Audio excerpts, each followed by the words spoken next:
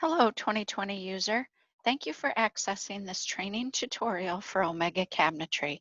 This brief video will show you how to add a flush finish bottom. In your most recent cabinet catalog, go to the cabinet you want to add the modification to and right-click and go to Attributes. Once your attribute box opens up, select Add-ons. And this is a wall cabinet, so we're going to go to Wall Modifications, and that modification can be found in Frame Modifications. You'll scroll down, it's towards the bottom of the list here, and you'll see the Flush Finish Bottom modification.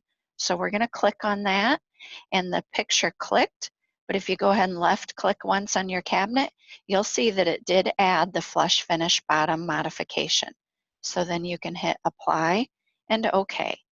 Thank you for your time, and we hope this video was helpful.